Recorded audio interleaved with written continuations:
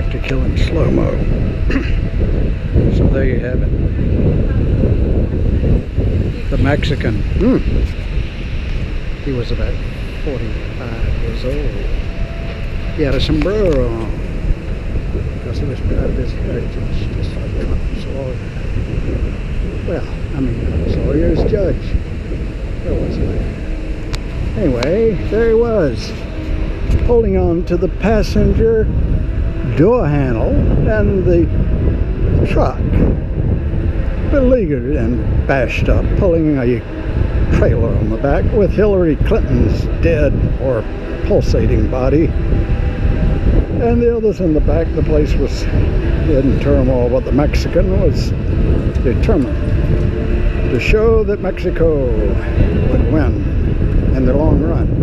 He was very loyal to his people, and he swung around and got his feet into the edge of the trunk bed, and then he swung around again, almost bumping his head on the pavement as the truck speeded along, and he grabbed the railing of the bed and swung himself fully into the back with the pigs. And who else? The white one, the white-haired CIA object.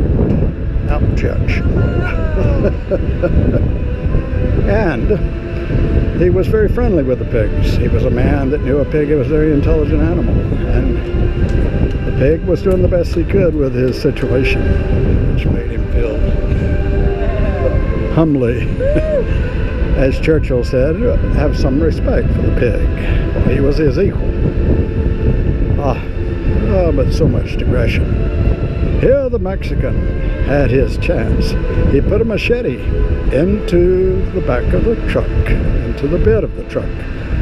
Most Mexicans have machetes here and there, and he certainly had his share of machetes. He took it by the handle, he stood carefully in the back of the truck, and then slammed it and sliced it into the top of the cab.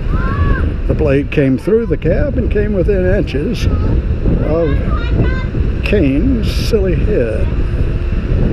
It nipped one of his ears. Then the Mexican, he pulls the blade out and looks through the hole and says, "How do you like that, the gringo?" And this, Tim Cain, this evil side came out. The Mexican did not know about Tim Cain's hidden person, the one that we all saw during the debate, the one that probably should have been in the mafia itself, been a hitman. Anyway, Cain was not standing down. He suddenly slammed on the brakes to throw the man over the top of the truck with his machete onto the pavement in front of the truck. The truck swung sideways, came to a stop with the man on his knees at the front bumper. Unfortunately, when the truck came to a stop, Hillary and the little cart came loose and went out of control down a hill very fast. Hillary was in the back, but she was not falling out. As a matter of fact, her leg was caught. She was being dragged by the little chariot down a very long hill on the freeway. Modesto ran to the and looked down at the little wagon. It was flying down the hill on one leg, on one little wheel. One little wheel. All the other wheels were off of it. And Hillary was being dragged by that one wheel, and it was scraping the pavement with a lot of sparks. And then it came to a rest right in the middle of the freeway. And here came a great big 18-wheeler.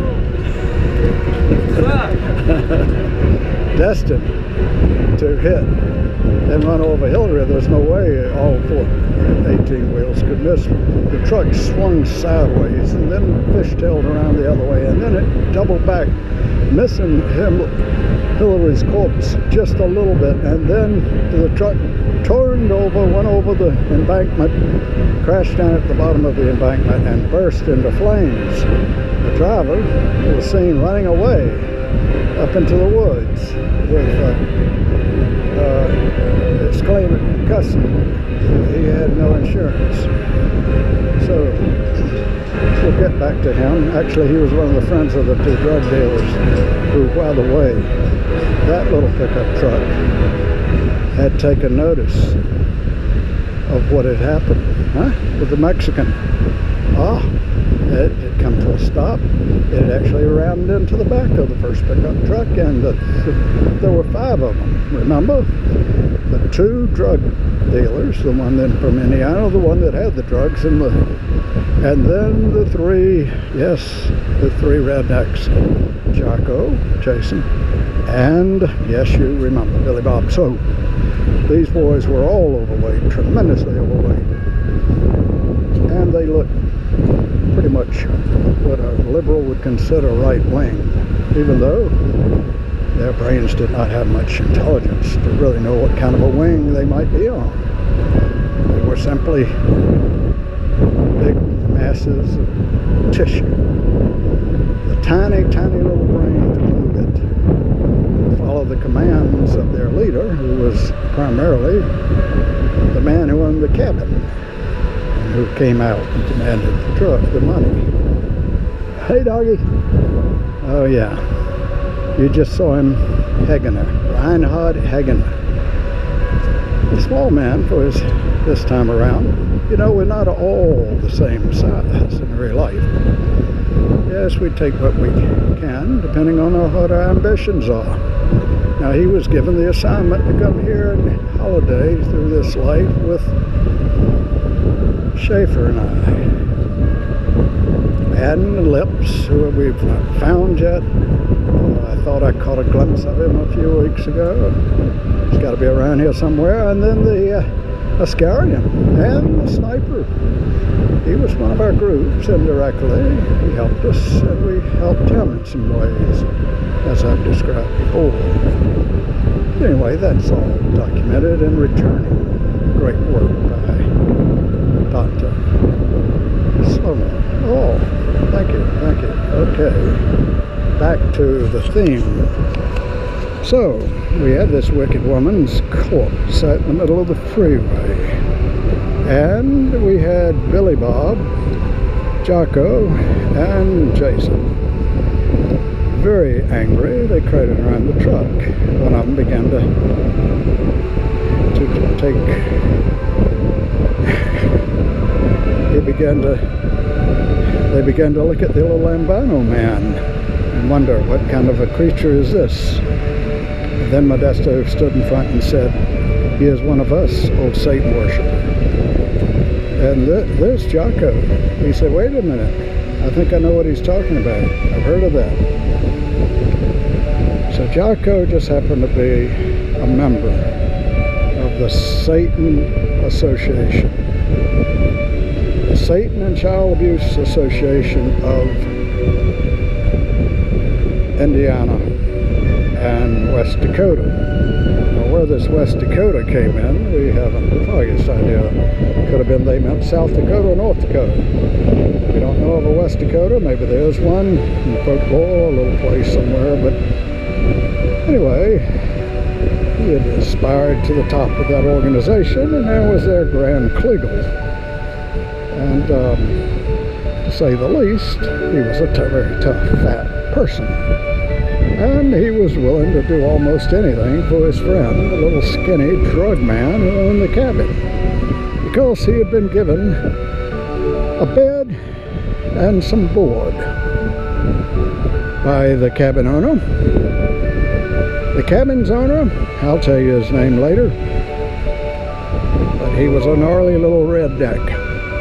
So was his friend. Actually, they were kin to each other. That's the reason they both looked alike. They both wore overalls, they both smoked marijuana, and they were a bunch of people that loved Slomo. Now, they were not fully aware of the problem that was developing between Hillary and her satanic creed and disposition and her ambition to kill Slomo, and their interaction with the team that was making sure that she found herself across the country into the depths of the killing field, which will be the boardwalk, where Slomo will be destroyed, annihilated in some horrible, painful fashion in front of everybody. And then his body would be shot into space beyond the orbit of Neptune, hopefully beyond the orbit of, you've got it, the 9th planet, or the 10th, if they've clarified the situation there, or the 10th by then, out into the orb, the old orb cloud, or whatever they call it. A lot of ice out there, so they'll always like to ski. So he'll be happy out there. There's pieces, little pieces of flesh, out there in the dark, infinite space. And Hillary can go about taking over the government for the globalists and becoming their stooge. That is, her glutamus maximus. The person of Hillary had gone into a sort of dormant, morphed into a dormant thanatopic condition known as the living death. An old condition. It doesn't happen very often.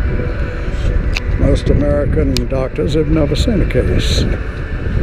Fortunately, the man in the Red Cross hat had seen a case, and he had declared himself temporarily a member of Hillary's little band of rejects. And he was there with his contraption, and he was fully willing to turn a certain knob and make it into a laser weapon he had been working on for a long time. Well, how did this play? I shall tell you in the next chapter.